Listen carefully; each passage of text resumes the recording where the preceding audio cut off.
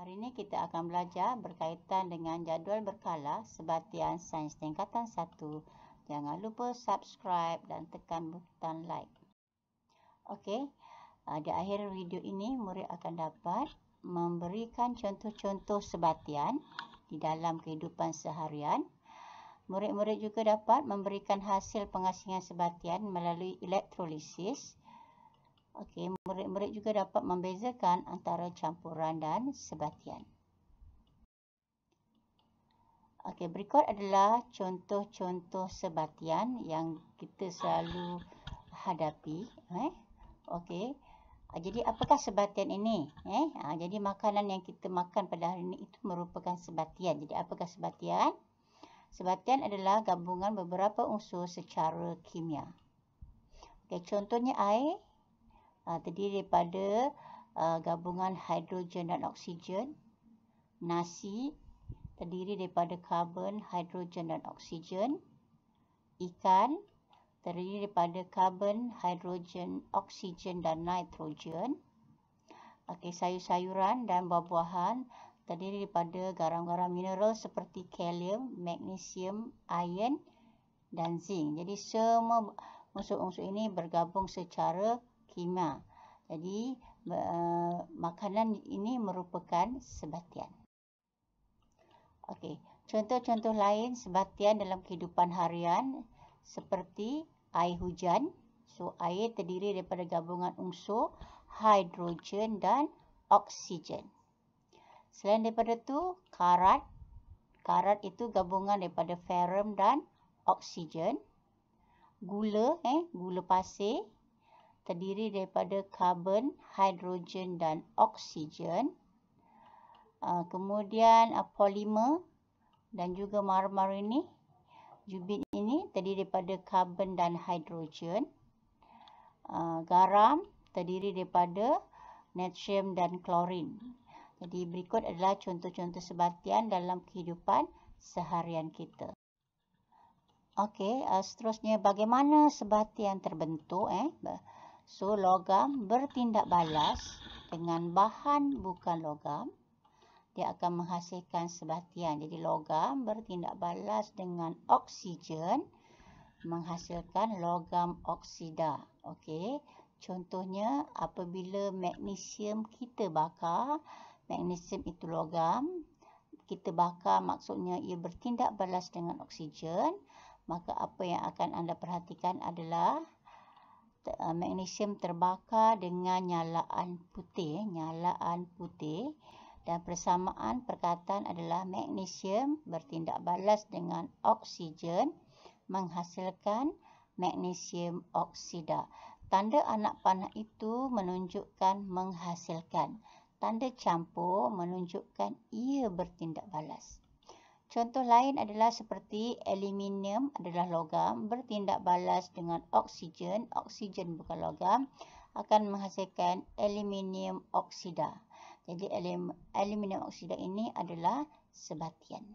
Okey, bagaimana sebatian terbentuk? Tadi logam bertindak balas dengan bahan bukan logam. Okey, contoh lain, logam bertindak balas dengan bahan bukan logam yang lain akan membentuk sebatian. Contohnya besi, logam bertindak balas dengan sulfur. Sulfur adalah bahan bukan logam, akan menghasilkan besi sulfida. Contoh lain, natrium, sejenis logam, bertindak balas dengan klorin, menghasilkan natrium klorida. Okey, jadi logam akan bertindak balas dengan air, menghasilkan sebatian dan gas hidrogen. Sebab dalam air ada unsur hidrogen, ada unsur oksigen. Jadi contoh natrium bertindak balas dengan air akan menghasilkan natrium hidroksida dan hidrogen. Kita tahu bahawa air itu terdiri daripada ion hidrogen dan juga ion hidroksil, ataupun terdiri daripada unsur hidrogen dan unsur oksigen. So, dia akan membentuk sebatian natrium hidroksida dan gas hidrogen. So, dekat sini sebatian adalah besi sulfida, natrium klorida, natrium hidroksida. Itu semua adalah sebatian. Seterusnya, apa akan berlaku jika serbuk besi dan serbuk sulfur dipanaskan? Ya. Gambar berikut ini menunjukkan serbuk besi dan serbuk sulfur. Apabila dipanaskan, campuran tadi akan membentuk suatu bahan baru, iaitu bahan yang berwarna gelap. Warna gelap, pepejal gelap. So, benda yang terbakar itu akan membentuk besi sulfida. So, besi sulfida ini adalah sejenis sebatian. So, besi bertindak balas dengan sulfur menghasilkan besi sulfida. So, besi sulfida ini adalah sebatian yang berwarna gelap. Bolehkah unsur di dalam sebatian diasingkan? Boleh atau tidak? Jadi dekat sini kita menggunakan kaedah elektrolisis. Contoh kat sini larutan kuprum 2 klorida. So larutan kuprum 2 klorida ini adalah sebatian. Apabila kita masukkan dalam radas elektrolisis, maka ion-ion kuprum dan ion-ion klorida akan terpisah. So dekat sini akan terhasil A, gas klorin, dan B itu ialah kuprum. Jadi kuprum dan klorin boleh terpisah dengan menggunakan kaedah elektrolisis. So jawapan dia adalah boleh. Unsur-unsur di dalam sebatian boleh diasingkan secara elektrolisis. Tetapi tidak boleh diasingkan secara fizikal. Secara fizikal itu bagaimana? Kita tapis ataupun kita masukkan dalam corong pemisah. Semua tidak boleh terjadi. Maknanya unsur-unsur di dalam sebatian tidak dapat diasingkan secara fizikal.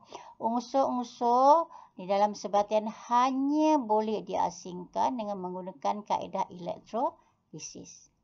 Jadi dekat sini, contoh dekat sini, kuprum 2 klorida, dia akan terurai menghasilkan kuprum dan klorin. So, kuprum dan klorin boleh diasingkan daripada kuprum 2 klorida.